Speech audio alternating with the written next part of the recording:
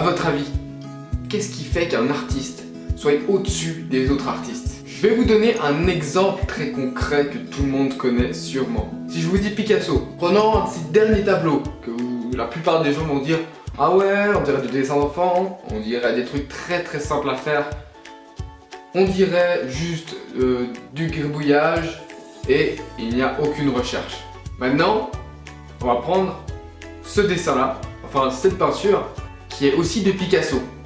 Je pense qu'entre ces deux peintures, vous voyez largement la différence. Entre ces deux tableaux, il y a eu justement son style qui s'est créé, qui s'est formé.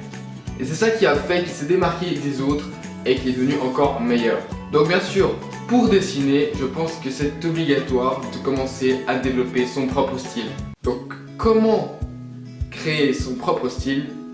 Eh bien, je vais vous répondre maintenant. Je vais vous raconter par rapport à mon expérience et comment vous pourrez développer votre propre style. Alors tout d'abord, je pense que pour créer son propre style, il faudrait recopier des petits éléments d'une personne. Par exemple, vous adorez les dessins, vous adorez une bande dessinée. Par exemple, prenons Titeuf. Alors Titeuf, c'est une bande dessinée de Zep, de Philippe Chapuis. Donc imaginons que vous dessinez Titeuf 5, 10, 15 fois. Au bout d'un moment, vous allez commencer à vous habituer à ce personnage et vous commencez à savoir le dessiner sans modèle. Et c'est là que votre style va commencer à avoir un impact. Vous allez dessiner Titeuf comme ça, facilement, sauf que d'un coup, vous commencez à adorer Tintin, par exemple.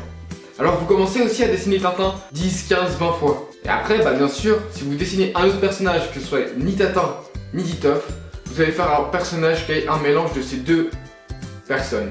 Donc en résumé, il faudrait recopier par exemple des œuvres que vous adorez par-dessus tout. Et au fur et à mesure, vous prenez des petits éléments de chacun, vous les collez ensemble et ça donnera quelque chose propre à vous-même. Après, par exemple, par rapport à moi, j'ai dessiné du Titeuf, du Tatin, donc ce que j'ai dit c'était par rapport à moi bien sûr, le chat et tout plein d'autres personnes comme par exemple des youtubeurs.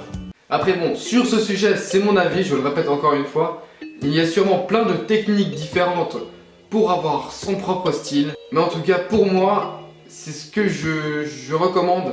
Sachant que moi je n'ai que 17 ans actuellement, je pense que je n'ai pas encore trouvé mon propre style qui est soi-disant parfait. Je suis toujours à la recherche de mon style à moi, de mon style graphique. Donc par exemple, il n'y a pas longtemps j'ai dessiné ce dessin là.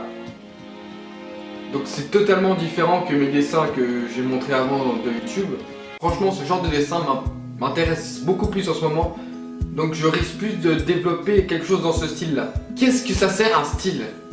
Donc un style ça sert à se faire reconnaître juste par rapport à un seul dessin. Donc c'est à dire que quand vous regardez un dessin par exemple, vous allez vous dire ah ça c'est Picasso. Ah, ça, c'est Monet. Ah, ça, c'est Van Gogh. Je dis ça par rapport au peintre parce que vous arrivez facilement à savoir qui c'est qui a peint quoi.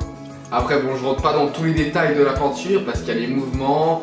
Et donc les mouvements, c'est des styles. Bref, c'est un peu trop complexe, je vais pas les expliquer. Mais bref, si vous prenez un tableau de Picasso, de Van Gogh et de Monet, vous allez voir que chacun est différent et que chacun a son propre style. Donc oui, après... Vous allez me dire, ouais mais faut savoir dessiner pour faire ça. En fait tout le monde sait dessiner. Il suffit juste d'avoir de l'envie et d'oser le faire. Merci d'avoir regardé cette vidéo. J'espère qu'elle vous a plu et que j'ai réussi à vous aider. A plus tard.